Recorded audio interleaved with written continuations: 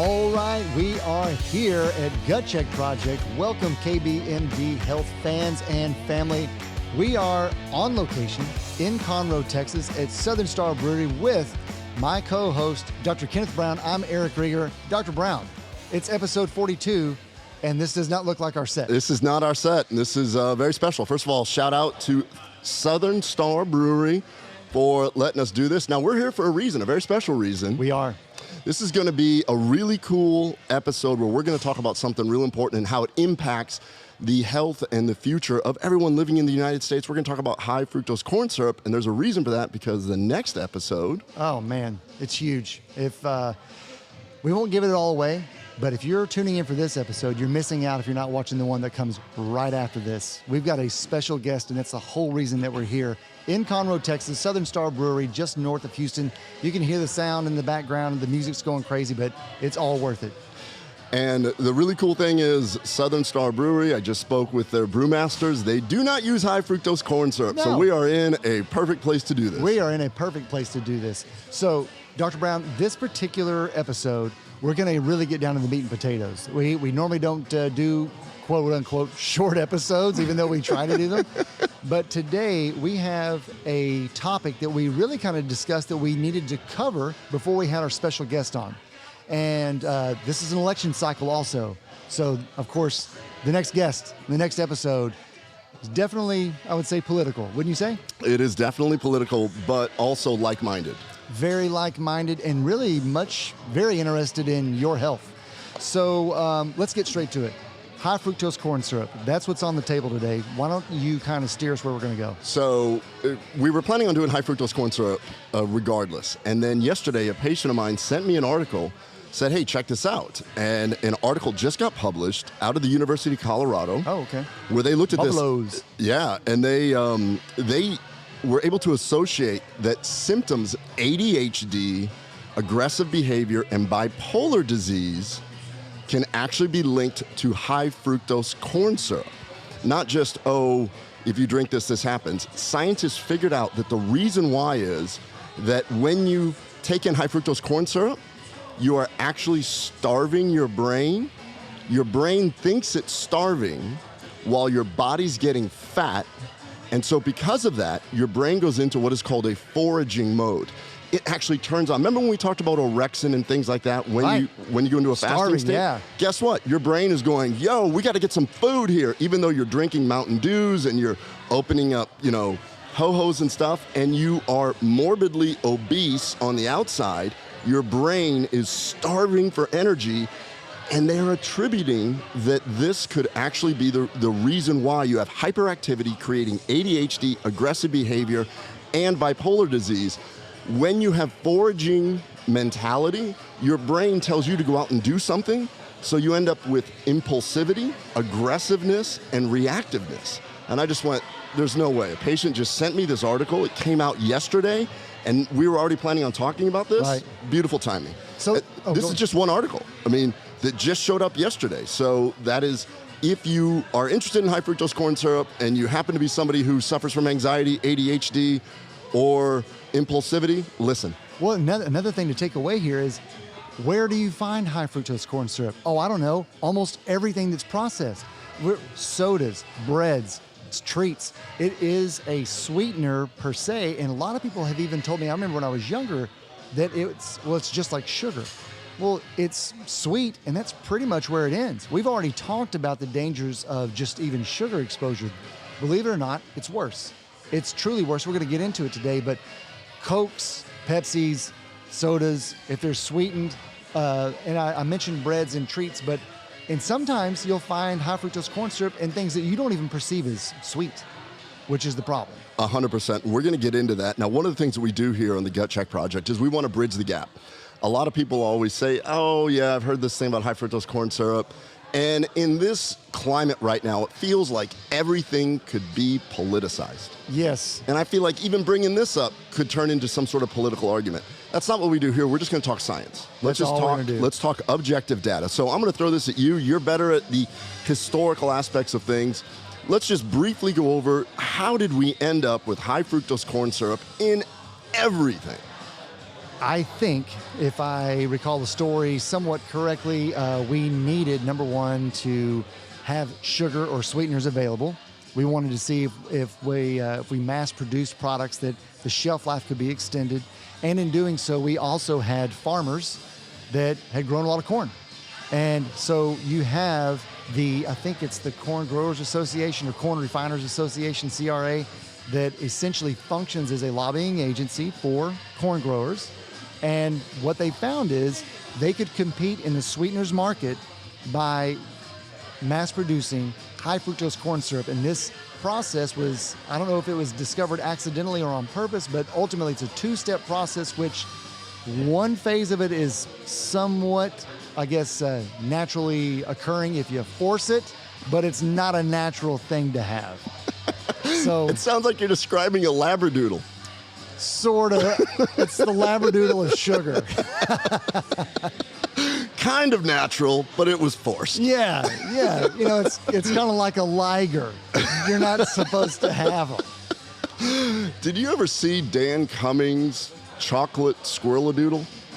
Oh, the comedian? Yeah, he does a whole set on this exact topic. Yeah. Mixing animals that shouldn't be mixed. Anyways, off topic already. Wow, our super fast episode You're right on time. is derailed. Right on time. Everything you're saying is true. Let's just put a little historical context into it. So basically since the 1920s, there have been farm subsidies. So the U.S. government has said, okay, we need to help out. We've got a Great Depression going on. Let's make sure we have enough food for everybody. And then through a series of events, which I'm not an economist, but basically in the 1960s, during the Nixon administration, there was a series of events, like a couple bad harvest years, and then we made a bad decision to sell millions of tons of grains to the Soviet Union, and all of a sudden we ended up with a shortage.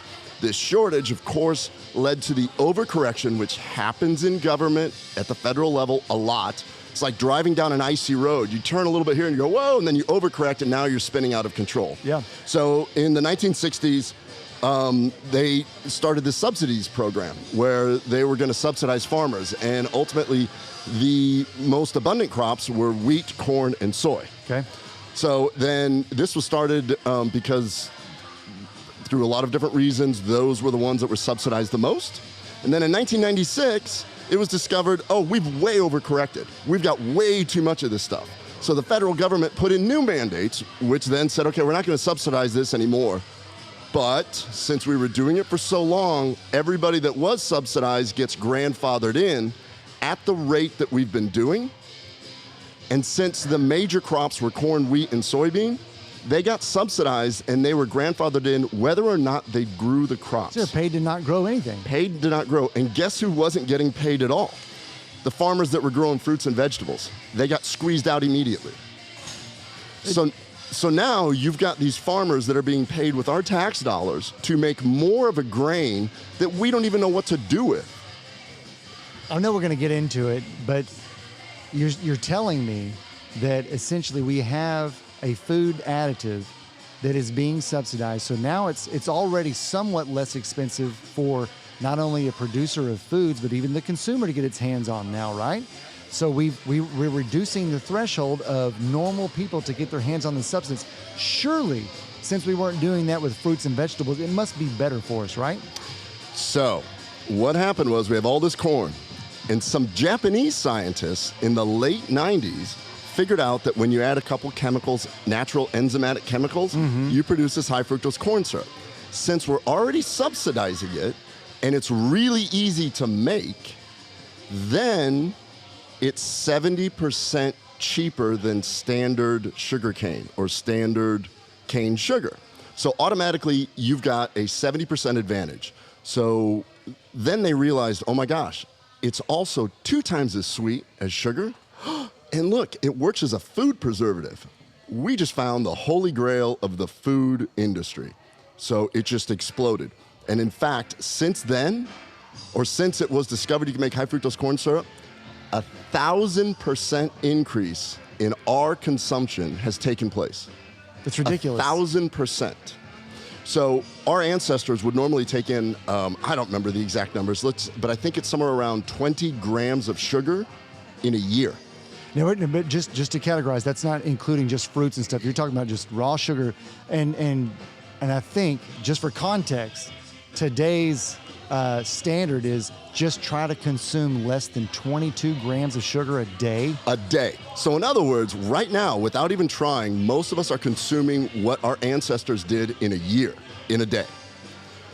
So you said, surely it must be better for us. Mm-hmm. It's not, and quit calling me Shirley. I don't know how many times that we've talked about this. Airplane, for those of y'all who don't know. All right, so real briefly, we're going to get a little sciencey, then we're going to do a quick deep dive and then come right back out. So just hang in there. But the whole point of this is we don't want to make it political, but it is impossible to not discuss some of the political aspects of it because it's because of the subsidies that we're here. Oh, and let's be clear, and if you identify as either right or left, believe me, both sides are involved. This does not exonerate either side whatsoever. All right, so why do you even care about fructose? Well, glucose, which is the sugar that we always talk about. Right.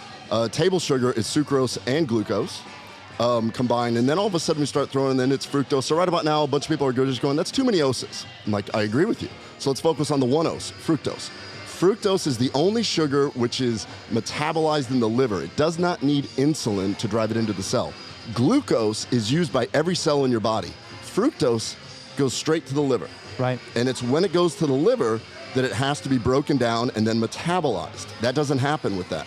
So we've got this very, very cheap sugar that is metabolized in an unnatural way. Right. And it's not used for energy. And we're going to come full circle here.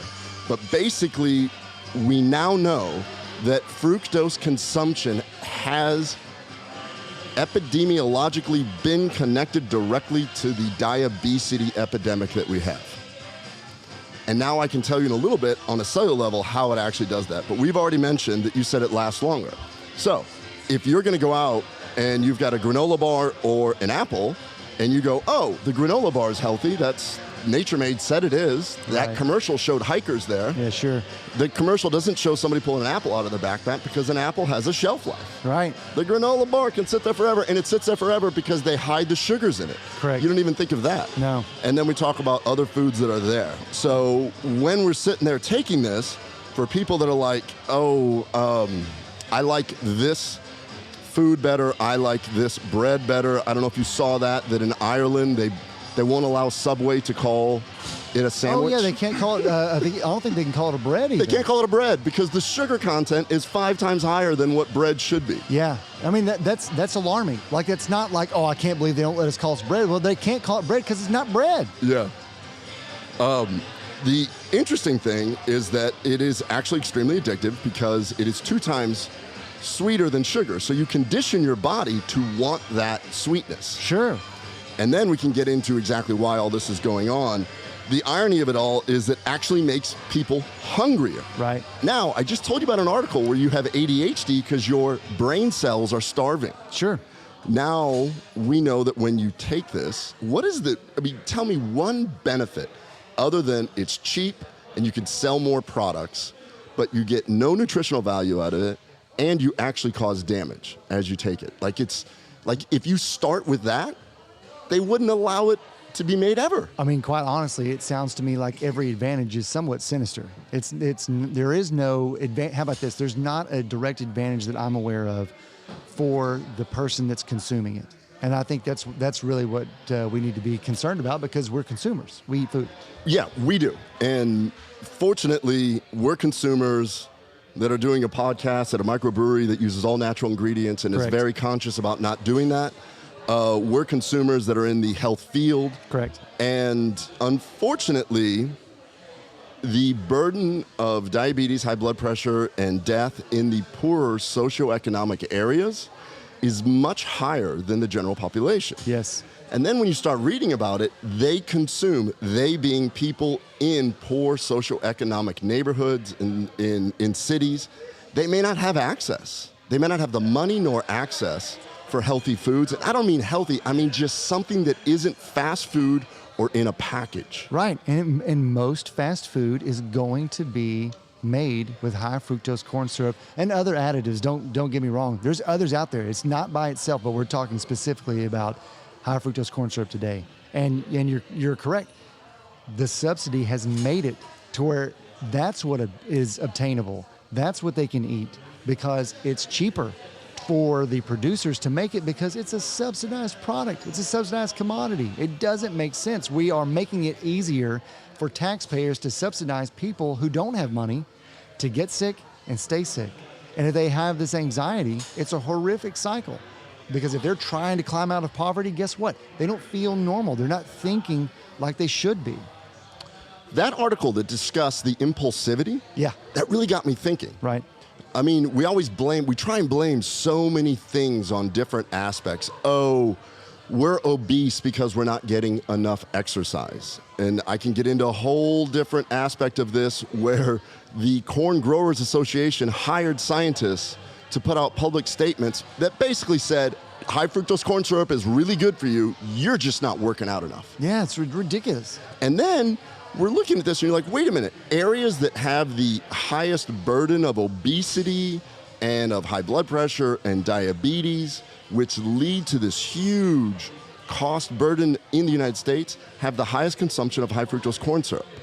Yet there's people out there saying, oh, it's not related. They're just not getting out there jogging enough. Now I'm gonna give you cellular reasons why this is wrong, but if you don't care about it, and I know that we're gonna talk some politics on the next episode, if you look at the pure numbers, since high fructose corn syrup came on the market, right, and we're taking 1,000 times more than we used to, it is estimated that right now 60% of the adult population is overweight.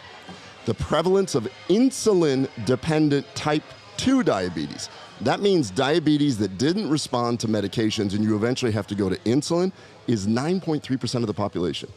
Pre-diabetics is through the roof. They're estimated that about 30% of the US population right now is pre-diabetic. It's sad. 60%, it's sad.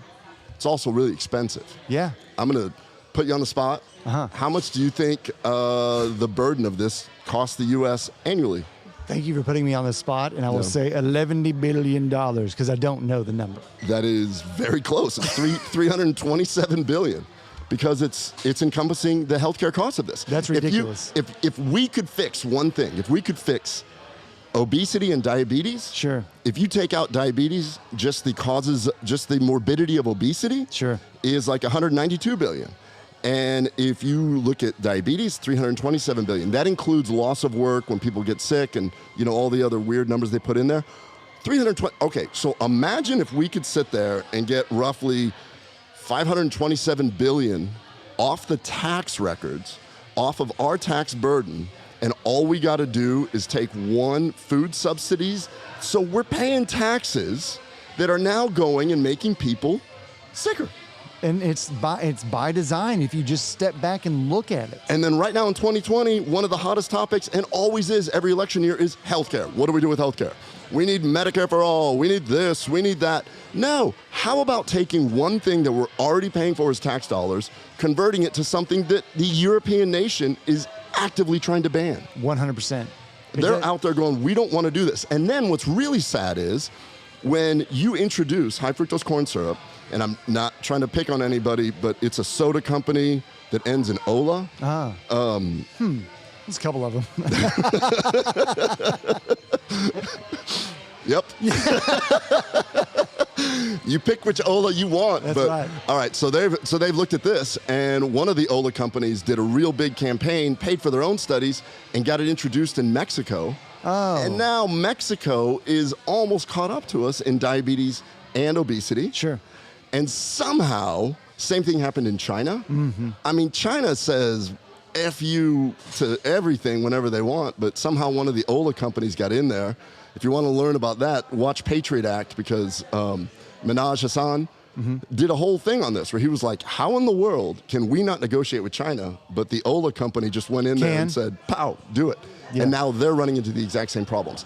He showed different commercials that they're running, and they gave them articles which showed the same thing. CocaCola has their own research institute, and they come out with things that say high fructose corn syrup is actually good for you, and you just need to exercise more. Exercise more. Yeah, I mean, it's ridiculous. If you wanted to make certain that your bank was secure, it would be a bad idea or policy to get the robbers who are going to heist you later to check your security system, because that's exactly what's happening here. It doesn't make sense to take the data from somebody who is wanting to sell you what they're telling you is safe just on the other side. Yeah. And they're the only ones who have the data that show that. Think about it. If you're hearing that high fructose corn syrup is okay for you, who is putting together the study and what did they study? Interesting. Is there a study, or is it just a kind of a, we feel like it's okay? Was there actual data that showed a reproducible less than 0.5 p-value? I went down a little journal searching rabbit hole because I did that thing you're not supposed to do when you read the whole thing. And at the end, there's no way that study exists. So I started going through our Mendeley account and stuff. And then it said unpublished data. So they don't believe in it. So they brought a PhD to stand up and go, it's good for you. We did study on that. Trust me, it's right there. Right there in my brain. Didn't even get it published. Yeah. I mean, if you come home and your newspaper is torn up and the trash is out and you ask the dog, did he do it? And they go, no, he did it. The dog did it. It's the same thing. The study is not real. They're just saying it. Yeah. That happened to me when I was a kid once, and I yelled at our dog. It actually was a raccoon, and I feel bad. Couldn't believe you didn't call me out for a dog saying no. All right, so even if you're sitting here, and if one of those scientists is listening to this, and he's like, no, I looked at the data, it's there, that's fine. Let's back off all that. Let's back off speculation. I want to talk about an article that was just published about 2 weeks ago. The title of the article is The Negative and Detrimental Effects of High Fructose on the Liver, with special reference to metabolic disorders, published in the Journal of Diabetes and Metabolic Syndrome. It's a lot. We got to teach these guys how to write. They're not very good. Because I got tired just kind of reading through the title. But I'm going to just go over the key points to this. Let's do it. And then you make your own conclusion about this. So what this article looks at is, let's talk about the cellular mechanisms. This isn't speculation anymore. This isn't talk. Let's just look exactly what's going on a cellular level. Okay. So what actually happens is, we may have to put the nerd glasses on. I always carry them around in case it gets too nerdy. When you go, you need to back off. Yeah, that's good. Clark, no big deal. So got the nerd glasses on. Basically, you already know that fructose is metabolized in the liver. So I'm going to go through a 5-step process of a 2-part reason why high fructose corn syrup is messing you up. Okay.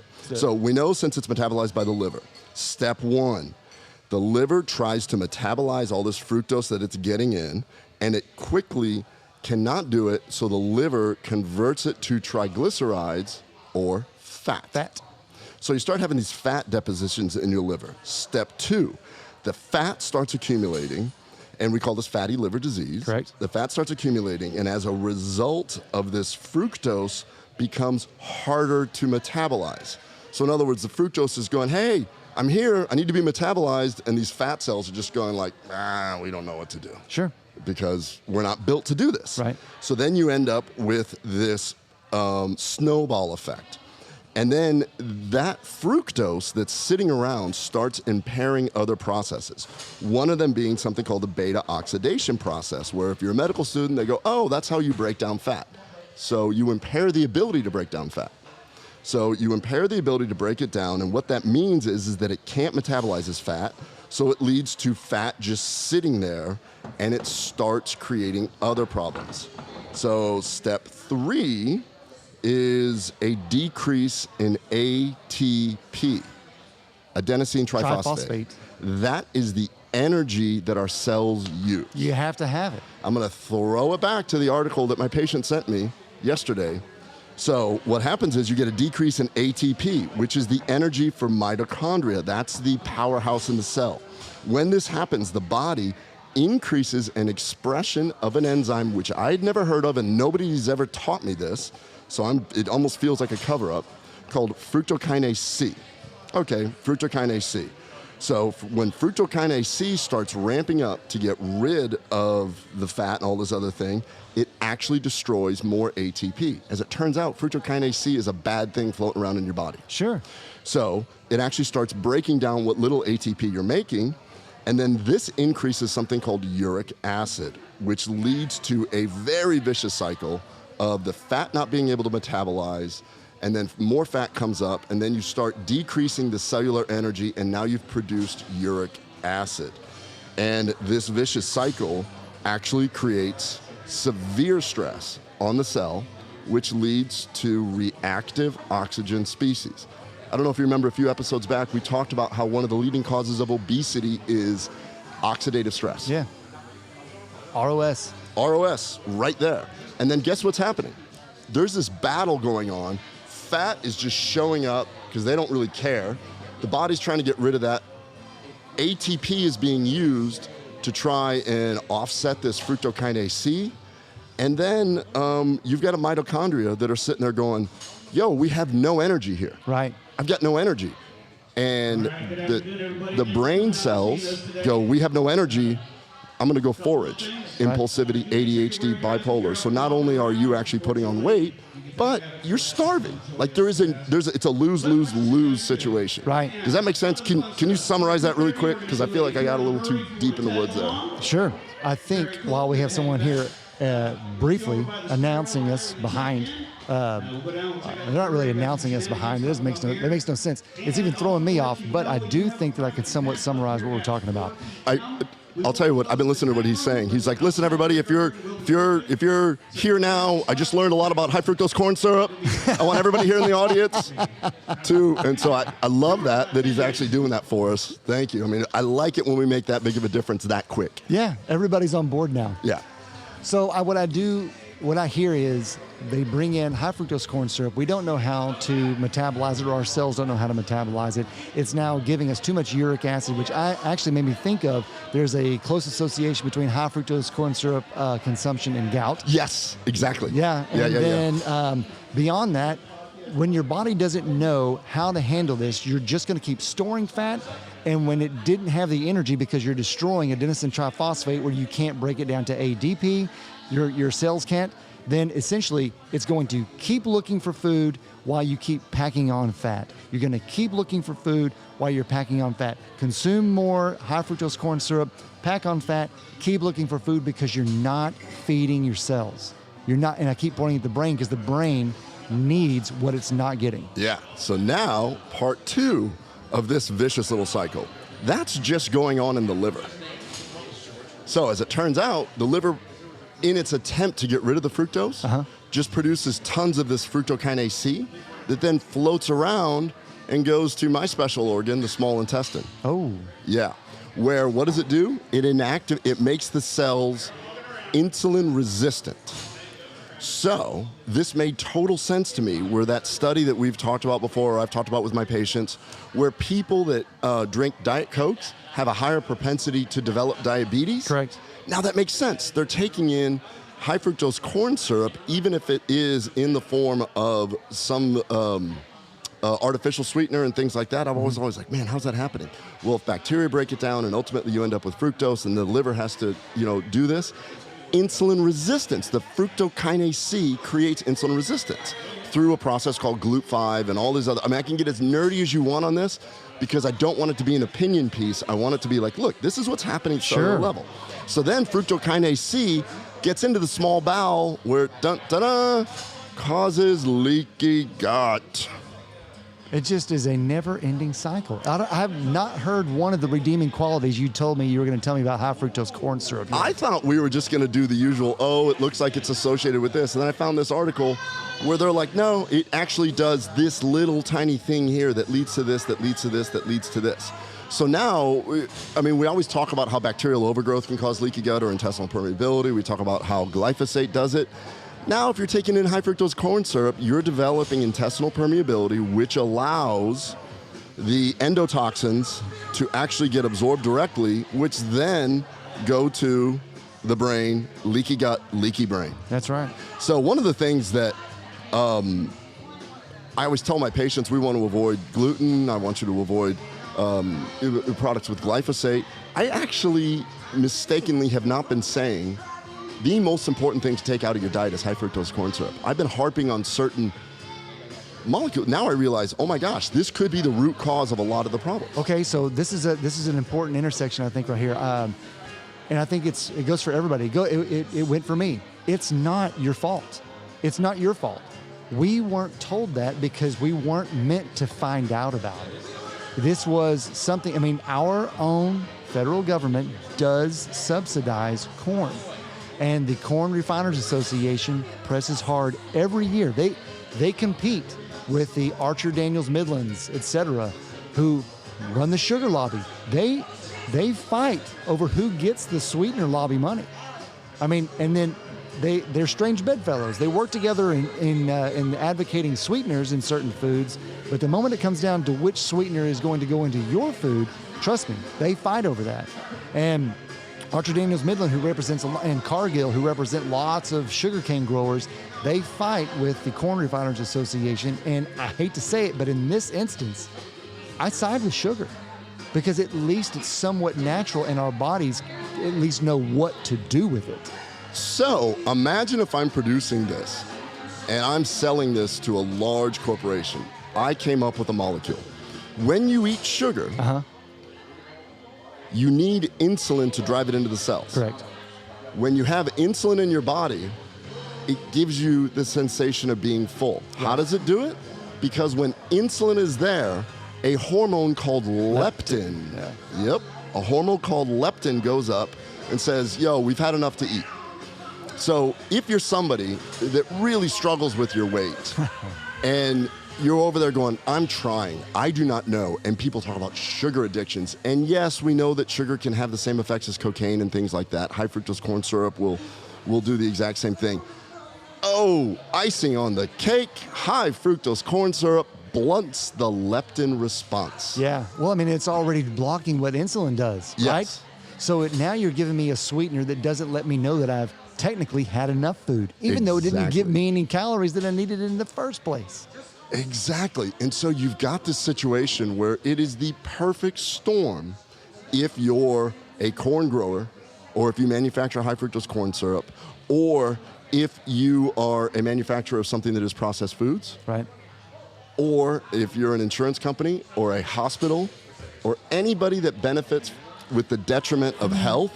It's crazy. It's like you cannot, it's almost like a biological weapon. Pretend for a moment you're a junk food manufacturer. I'm going to come to you and I'm going to tell you, okay, listen, I've got an ingredient. It's going to replace that sugar that you're putting in your food. And at first you're like, well, why would I want to do it? Because it's going to give you longer shelf life. It's going to keep your people coming back. They're probably going to consume 3 to 5 times as much as they normally would. And on top of that, it's inexpensive because the government is paying down the cost. Sold, right? Sold. Because you don't care about the person who's buying it. You're just wanting to sell it. That's what they've done to you. That's what they've done to the public. If you eat any fast food, high fructose corn syrup. If you're opening a package, high fructose corn syrup. Go to, the other day we were talking about ketchup, and we need to give credit where credit's due, okay? So Heinz 57 ketchup, we see it in all the grocery stores. If you go and look in most shelves now, they actually offer a natural or organic Heinz ketchup now. And if you look closely there, it says, advertises no high fructose corn syrup, it's regular sugar. There's a reason behind that because the word is getting out. And if you want more choices like that, then make the correct choice for yourself. So with this show, we want to arm you with the information. This isn't really a joke. Look at a picture of people gathered on the streets, hanging out in the 60s and 70s, and just simply compare it to today. I won't tell you what you're looking at. Just look at a group of people and then look at a group of people today. It does not look the same. And you can't blame it on laziness. I wanted to say this too. Laziness, there have been lazy people around for generations, for centuries. There were lazy people that existed back in the 70s that halfway worked out or whatever else. We still didn't look like this. It doesn't make sense.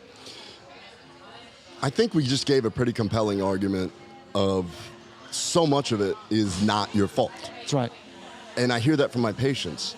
They try. And then even well-intentioned people going, well, I'm eating mine. I don't want to, I have not done the due diligence to look, but let's just pretend like it's a lean cuisine or something. The fact that it's got a shelf life probably means it's got some high fructose corn syrup in it. Yeah. And if it's got some high fructose corn syrup, all this stuff is happening to you. And at the very top, you're not going to get full because you don't have a hormone that says you're full.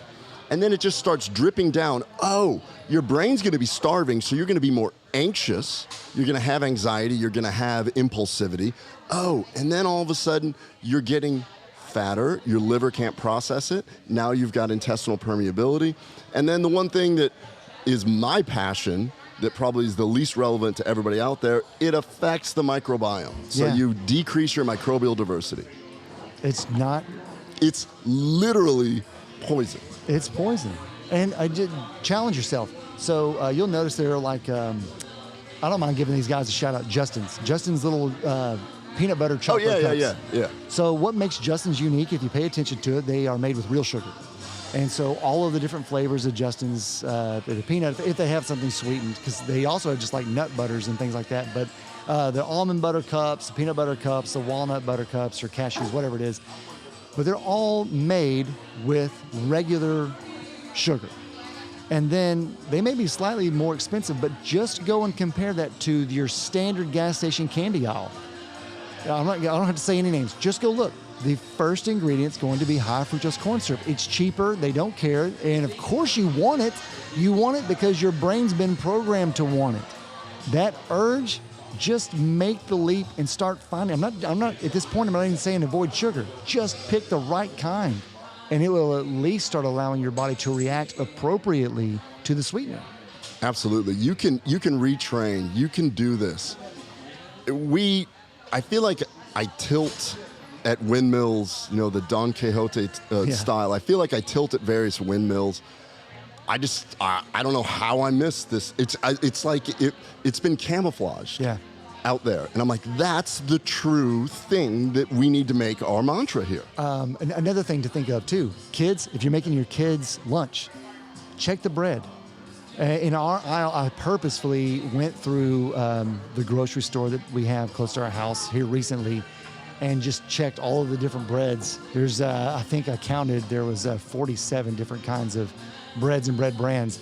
Two mass-produced bread brands had a line, not even all of the lines, had a line that didn't have high fructose corn syrup in like their wheat bread, for instance. The rest of them do. Don't buy that. Well, and then the other thing, they're catching on to this, so I started looking at labels also.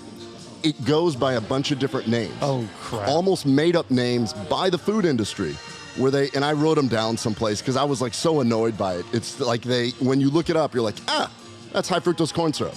And they call it like something else, like whatever. And other countries are starting to do this now where they'll name it different things.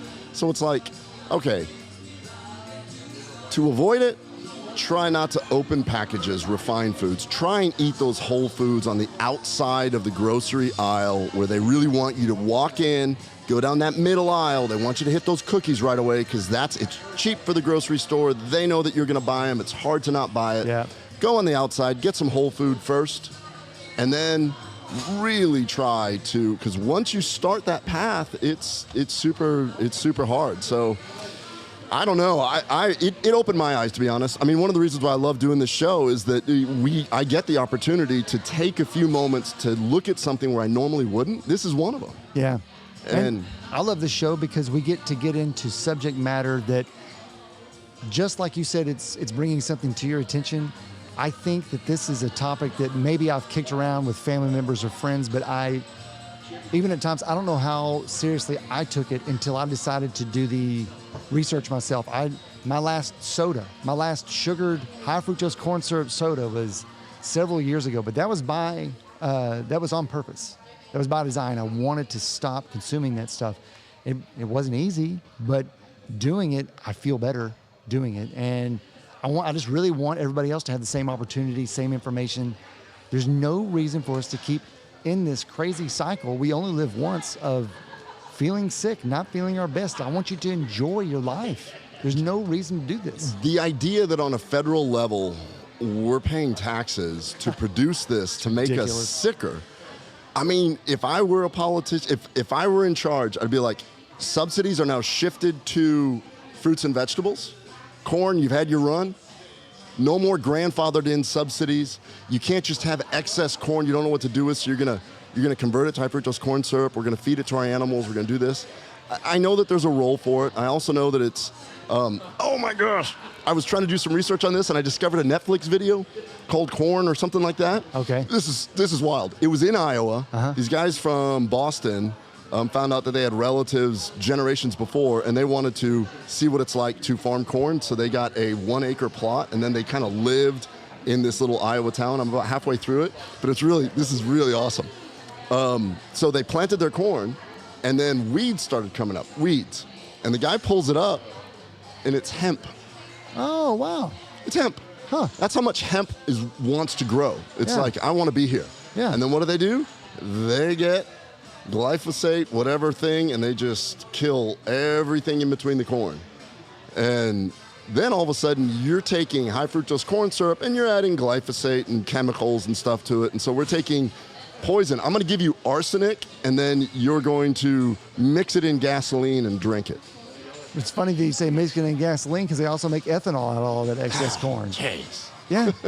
I mean, I don't know what this episode is a great introduction for our next show. Absolutely. This is the whole purpose of doing this, that we understand that, this is a lot to be thrown at you, but just take a second to look at it and at least look at the various names they're called. One last thing I wanted to call back on a recent but previous episode. We had one 2 shows ago, I believe, might have been 3, where we talked about the increase in GI cancer in people.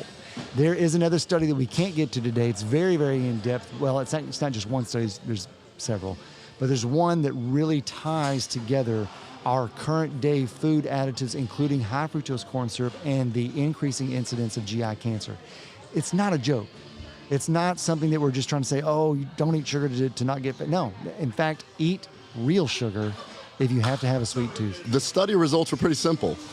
The equivalent of 1 can of soda a day resulted in increased cancer in mice. Yeah, it's not good. I don't know what else to say. It's horrific that our government subsidizes it. And you mentioned it earlier. You can change the name of how you see it on the label.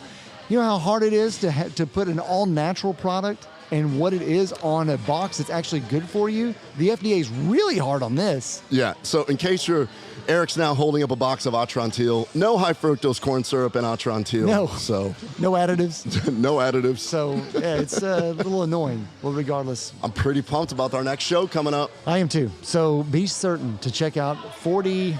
Today's 42, right? This is 42. Next one's going to be 43. Thank you. Paul Rogers went on the road with us, by the way. Yeah, this is, special thanks once again to Southern Star All-Natural Brewery. Yeah, Southern Star. We're wearing some gear here. Yeah, the whole thing. But seriously, so episode 42, I think it's going to do it for today's show, or for this particular show. Yeah, I'm proud of us in so many levels. This is the shortest show we've ever done. How many minutes does it say? We're at like 42. We're only 12 minutes over. Well, thank y'all so much. This Eric Rieger with my co-host Kenneth Brown. That's going to do it for episode number 42. Be sure and check out the show notes. We've got information on getting in touch with Southern Star Brewery, as well as I think we may even end up adding, after we publish, some information on where we can find some of the studies specifically on high fructose corn syrup and its danger to you. Yeah, absolutely. Thank you so much for tuning in, and definitely tune into the next one. All right. See y'all then.